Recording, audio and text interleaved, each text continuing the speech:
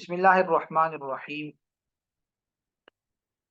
الحمد للہ وکفا وسلام علی عبادہ الذین اصطفى اما بعد اعوذ باللہ من الشیطان الرجیم بسم اللہ الرحمن الرحیم السلام علیکم ورحمۃ اللہ وبرکاتہ الدرس الخامس عشر سبق نمبر 15۔ اس سے پہلے ہم 14 اسباق پڑھ چکے ہیں۔ آج ہمارا 15واں سبق ہے۔ سبق نمبر 15 میں معرب اور مبنی کی مباحث شروع ہو رہی ہیں۔ ان مباحث کو ہم ترتیب سے پڑھیں گے۔ اللہ تعالی ہم سب کو صحیح فہم اور سمجھ کی توفیق نصیب فرمائے، اور ان مباحث کو، ان اسباق کو ہماری دنیا اور آخرت کی سعادت اور کامیابی کے ذریعہ بنائے۔ تو ہم اپنے سبق کی طرف بڑھتے ہیں۔ ایک لفظ آپ نے سنا ہوگا، اعراب۔ عربی میں ایک لفظ اعراب آتا ہے، اردو میں بھی اعراب ہوتا ہے، اور عام طور پہ ہم اپنی سادہ زبان میں اردو میں اعراب سے مراد زبر زیر اور پیش لیتے ہیں۔ تو اس کی وضاحت یہاں ضروری ہے تاکہ اس حوالے سے کوئی کنفیوژن اور غلط فہمی ہو تو وہ ختم ہو جائے۔ اعراب عربی زبان میں کلمے کے آخر میں کبھی زبر، کبھی زیر، کبھی پیش، کبھی جزم، کبھی دو زبر، کبھی دو زیر اور کبھی دو پیش آتے ہیں۔ ان کو اعراب کہتے ہیں۔ ٹھیک ہے نا جی؟ یعنی کلمے کے آخر میں زبر، زیر، پیش، دو زبر، دو زیر، دو پیش، جزم وغیرہ، اس کو کیا کہتے ہیں؟ اعراب کہتے ہیں۔ عربی گرامر میں جب کسی کلمے کا اعراب بتاتے ہیں تو اس کے لیے زبر، زیر اور پیش کے الفاظ استعمال نہیں ہوتے، بلکہ پیش کے لیے لفظ استعمال ہوتا ہے رفع کا، رفع۔ زبر کے لیے نصب کا لفظ استعمال ہوتا ہے، اور زیر کے لیے جر کی اصطلاح استعمال ہوتی ہے۔ یہ اصطلاحات ہیں، ٹھیک ہے نا جی؟ پیش کو کیا کہیں گے؟ رفع بھی کہتے ہیں، ضمہ بھی کہتے ہیں۔ زبر کو نصب اور فتحہ کہتے ہیں، اور زیر کو جر اور کسرہ کہتے ہیں۔ ٹھیک ہے؟ تو معرب اور مبنی کی بحث کو شروع کرنے سے پہلے ان اصطلاحات اور ان سے متعلق چند ضروری امور کو بیان کیا جاتا ہے تاکہ اگلی مباحث کو سمجھنے میں آسانی ہو جائے۔ تو ابھی ہماری جو بحث ہے معرب اور مبنی کو شروع کرنے سے پہلے یہ ہم اعراب کے بارے میں کچھ ضروری باتیں ذکر کریں گے تاکہ آپ لوگوں کو اس کا اچھی طرح تعارف ہو جائے۔ تو یہاں اس سلائیڈ کے اندر آپ نے موٹی سی بات سمجھ لی کہ زبر، زیر، پیش، دو زبر، دو زیر، دو پیش وغیرہ کو اعراب کہتے ہیں۔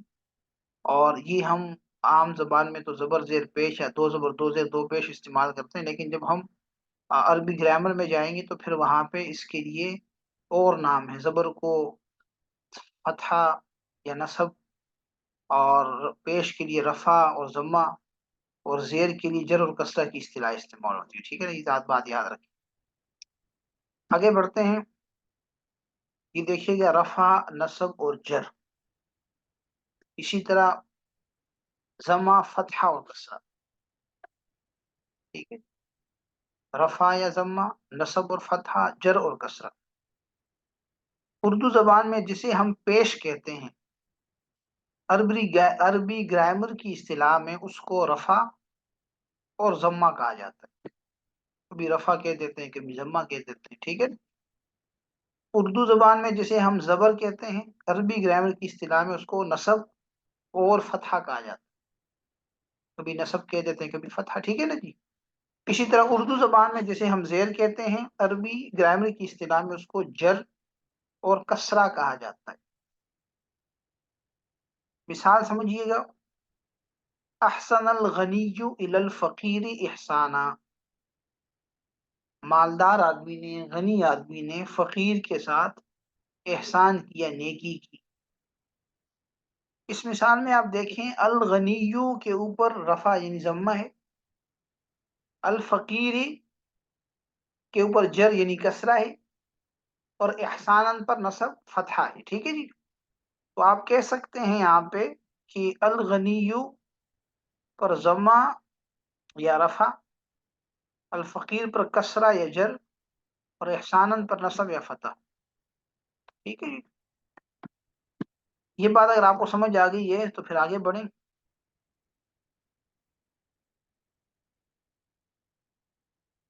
مرفوع، منصوب، مجرور، یا اسی طرح مضموم، مفتوح اور مکسور. مرفوع کا معنی ہے رفع دیا ہوا کلمہ، منصوب کا معنی ہے نصب دیا ہوا کلمہ، اور مجرور کا معنی ہے جر دیا ہوا کلمہ. تو مرفوع، منصوب اور مجرور دراصل کلمے کی وہ حالت ہے جس میں اس پر رفع، نصب یا جر آتا ہے. یعنی جس کلمے پر رفع ہو یا ضمہ ہو، دونوں باتیں ایک ہی ہیں، رفع اور ضمہ ایک چیز کو کہتے ہیں. ٹھیک ہے نا. تو آپ کہہ دیتے ہیں کہ یہ کلمہ مرفوع ہے جی، یا آپ کہہ دیتے ہیں یہ کلمہ مضموم ہے. اسی طرح جس کلمے کے اوپر فتحہ ہو یا نصب ہو، جس کو آپ زبر کہتے ہیں عام الفاظ میں، تو آپ یہ کہہ دیتے ہیں کہ کلمہ منصوب یا مضموم ہے، منصوب یا مفتوح ہے. ٹھیک ہے. جس کلمے پر زیر ہو، کسرہ ہو، تو آپ کہہ دیتے ہیں کہ مجرور یا مکسور ہے. تو جس کلمے پر رفع ہو یعنی ضمہ، اس کو مرفوع یا مضموم کہتے ہیں. جس کلمے پر نصب یعنی فتحہ ہو، اس کو منصوب یا مفتوح کہتے ہیں. اور جس کلمے پر جر، کسرہ ہو یا کسرہ ہو، یہ جر کسرہ تو ایک ہی چیز ہے، یہاں دو نام ہے اس کے، جر اور کسرہ، اس کو مجرور یا مکسور کہتے ہیں. اس کو اچھی طرح ذہن میں رکھ لیں آپ لوگ، تاکہ آئندہ یہ اصطلاحات استعمال ہوں تو آپ کو سمجھنے میں آسانی ہو. مثال ذرا دوبارہ سمجھ لیں. احسن الغنی الی الفقیر احسانا، غنی یعنی مالدار نے فقیر غریب کے ساتھ نیکی کی. اس مثال میں الغنی پر رفع یعنی ضمہ ہے، تو ہم کہیں گے الغنی جو ہے مرفوع ہے، یا کہیں گے کہ غنی مضموم ہے. احسانن پر نصب یعنی فتح ہے، تو ہم کہیں گے کہ احسان یہ منصوب ہے یا مفتوح ہے، دونوں میں سے کوئی بھی کہہ سکتے ہیں. الفقیر پر جر کسرہ ہے، تو ہم کہیں گے کہ الفقیر مجرور یا مکسور ہے.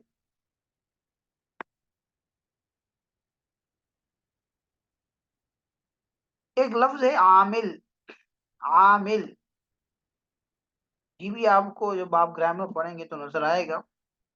دیکھیں کلمے کے اوپر جو اعراب ہوتا ہے نا، زبر، زیر، پیش، جسے ہم نے عام سادہ لفظوں میں کہا، رفع، نصب و جر، یہ کیوں آتا ہے؟ یہ کون دیتا ہے؟ یہ خود بخود تو نہیں جاتا آتے. یہ جو زبر، زیر اور پیش ہے، یا ضمہ، رفع، ضمہ، جو ہے وہ نصب، فتح، کسرہ، ٹھیک ہے نا. یہ جو اعراب آتے ہیں، یہ اعراب جو چیز دیتی ہے اس کلمے کو، اس کو عامل کہتے ہیں. تو کلمے پر جو اعراب آتا ہے وہ کسی دوسرے چیز کی وجہ سے ہوتا ہے. یعنی کوئی دوسری چیز اس کلمے کو مختلف قسم کے اعراب، رفع، نصب اور جر دیتی ہے. اس اعراب دینے والی چیز کو عامل کہتے ہیں. تو عامل کا معنی کیا ہے؟ عمل کرنے والا. یعنی وہ چیز جو دوسرے کلمات میں عمل کرتی ہے اور اس کو مختلف قسم کے اعراب دیتی ہے. تو اگر ہم عامل کا تعارف کریں تو معنی اس کا ہے عمل کرنے والا. کیا عمل ہے اس کا؟ کہ دوسرے کلمے میں کبھی اس کلمے کو رفع دیتا ہے، کبھی نصب دیتا ہے، کبھی جر دیتا ہے، کبھی ایٹ اے ٹائم جو ہے دو دو تین تین عمل بھی کر لیتا ہے. ٹھیک ہے نا جی. تو اس اعتبار سے یہ جو عامل ہوتا ہے عام طور پر کوئی نہ کوئی کلمہ ہی ہوتا ہے. یعنی کبھی کوئی اسم عامل ہوتا ہے، اسم کسی کو رفع، کسی کو نصب، کسی کو جر دے رہا ہوتا ہے. کبھی فعل ہوتا ہے یا کبھی حرف ہوتا ہے. ٹھیک ہے نا. تو زیادہ تر جو عامل ہے وہ فعل اور حرف ہوتا ہے. عمل کرنے والے اسم اس کے مقابلے میں کم ہے. یعنی عامل جو ہوگا کبھی کوئی اسم ہوگا، کبھی کوئی فعل ہوگا، کبھی کوئی حرف ہوگا. زیادہ تر عوامل جو ہیں وہ حرف اور فعل ہوتے ہیں. ٹھیک ہے. اسم کے عوامل کم ہیں. بعض اوقات عامل کوئی کلمہ یعنی اسم، فعل یا حرف میں سے نہیں ہوتے.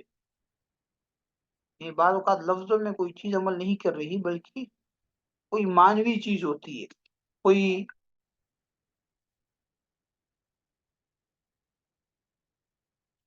جی ہماری گفتگو یہ چل رہی تھی کہ جو عامل ہے اس کا معنی ہے عمل کرنے والا، اور اس سے مراد وہ چیز ہے جو مختلف کلمات کو اعراب دیتی ہے، کسی کو رفع دے رہی ہے، کسی کو نصب، کسی کو جر، ٹھیک ہے نا۔ اور عام طور پر یہ جو عامل ہوتا ہے یہ کوئی نہ کوئی کلمہ ہوتا ہے، کبھی اسم ہوتا ہے، کبھی فعل ہوتا ہے، کبھی حرف ہوتا ہے، ٹھیک ہے نا۔ اس کی انشاءاللہ تفصیل آگے آ جائے گی، اس کو عامل لفظی کہتے ہیں۔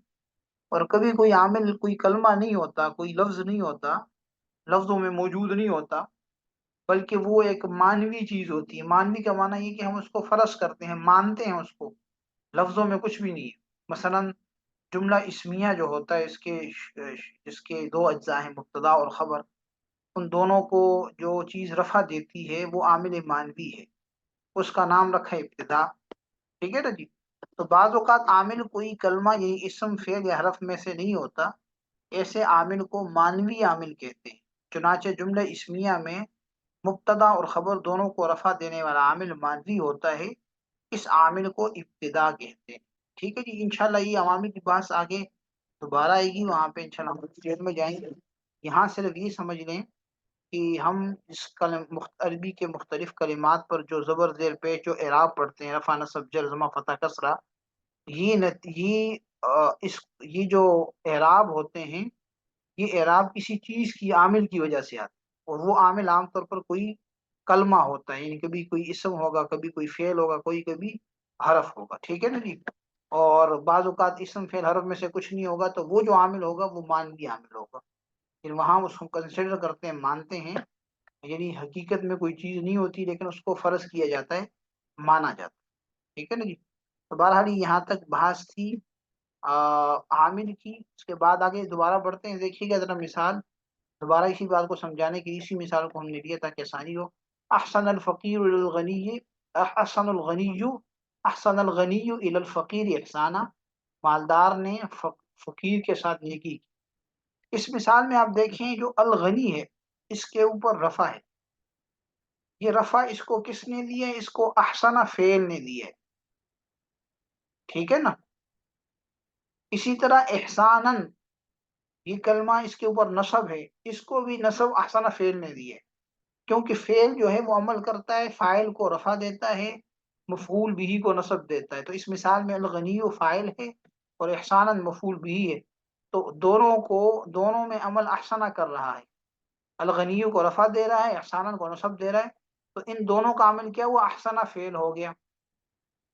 احسنہ فعل عامل ہوا الغنی کا بھی اور احسانن کا بھی، اور لفظوں میں موجود ہے، نظر بھی آ رہا ہے آپ کو، تو یہ عامل لفظی ہے، فعل ہے یہ۔ اسی طرح کے دیکھیں الفقیر، الفقیری میں آپ دیکھیں الفقیری کو جر کون دے رہا ہے؟ الہ حرف جر دے رہا ہے، تو یہاں الہ کیا ہوا؟ الفقیری کا عامل ہو گیا، ٹھیک ہے نا جی۔ تو یہاں پہ گویا کہ دو چیزیں آپ کو نظر آ رہی ہیں، دو، ایک تو عامل نظر آ رہا ہے، وہ عامل یہاں پہ دو ہیں، ایک احسن فعل ہے جو الغنی کو رفع دے رہا ہے، احسانن کو نصب دے رہا ہے، اور دوسرا عامل الہ حرف جار ہے جو الفقیر کو جر دے رہا ہے۔ اور یہاں پہ معمول کتنے ہو گئے؟ تین معمول ہیں جس میں عامل عمل کرتا ہے، الغنی معمول ہے، احسانن معمول، الفقیر معمول ہے، ٹھیک ہے نا جی۔ تو بہرحال یہاں یہ بات سمجھانی تھی کہ جو عامل ہوتا ہے اس کی وجہ سے کلمے کے اوپر زبر زیر اور پیش، رفع نصب اور جر آتے ہیں۔ تو یہاں احسن فعل ہے، فعل کا عمل کیا ہوتا ہے کہ فاعل کو رفع دیتا ہے، مفعول بھی کو نصب دیتا ہے، تو الغنی احسن کا فاعل ہے، جس کو احسن نے رفع دیا تو احسن غنی کا عامل ہو گیا، احسانن بھی مفعول بھی ہے احسن کا، جس کو احسن نے نصب دیا ہے، اور اسی تو احسن احسانن کا بھی عامل ہو گیا۔ تو ایک عامل ایک ٹائم دو تین چیزوں میں عمل کر سکتے ہیں، اس میں کوئی رکاوٹ نہیں ہے، ٹھیک ہے نا۔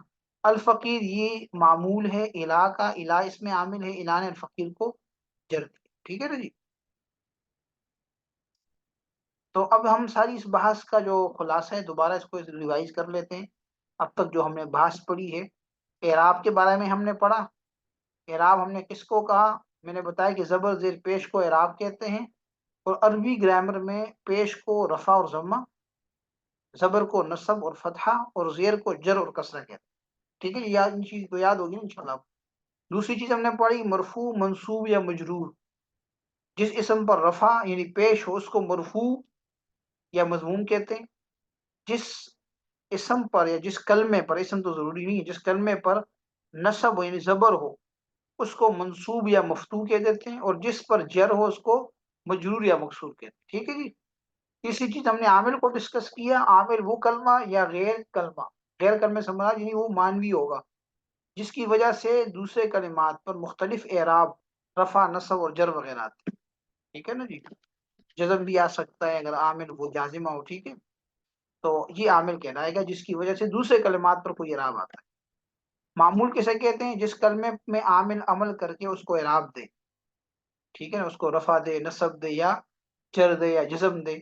تو جس کلمے میں اس نے عمل کیا وہ معمول ہوگا. اور ایک چیز ہے محل اعراب، یعنی اعراب کا محل کیا ہوگا، اعراب کہاں پہ آئے گا. کلمے کا وہ آخری حرف جہاں کلمے کا اعراب ظاہر ہوتا ہے اس کو محل اعراب کہتے ہیں. یعنی کلمے کے جس حصے پر اعراب آتا ہے اس کو محل اعراب کہتے ہیں. ٹھیک ہے نا جی. دوبارہ مثال دیکھیے گا، یہاں پہ دوبارہ اس چیز کو سمجھا دیتے ہیں. اس مثال میں احسن الغنی الفقیر احسانا میں دیکھیں، اس مثال میں احسن نے الغنی کو رفع پیش دیا ہے اور احسانا کو زبر دیا ہے. تو احسن عامل ہے اور الغنی اور احسانا اس کے معمول ہیں. اسی طرح الہ حرف جار نے جار ہے اور اس نے الفقیر کو جر دیا ہے، تو الہ عامل ہے اور فقیر معمول ہے. اب الغنی پر رفع ہے تو یہ مرفوع کہلائے گا، الفقیر پر جر ہے تو یہ مجرور کہلائے گا، اور احسان پر نصب زبر ہے تو یہ منصوب کہلائے گا. ٹھیک ہے نا جی. اسی طرح ان مثالوں میں الغنیو کی جو یا ہے، الفقیرو کی را اور احسان کا نون، یہ ہے محل اعراب.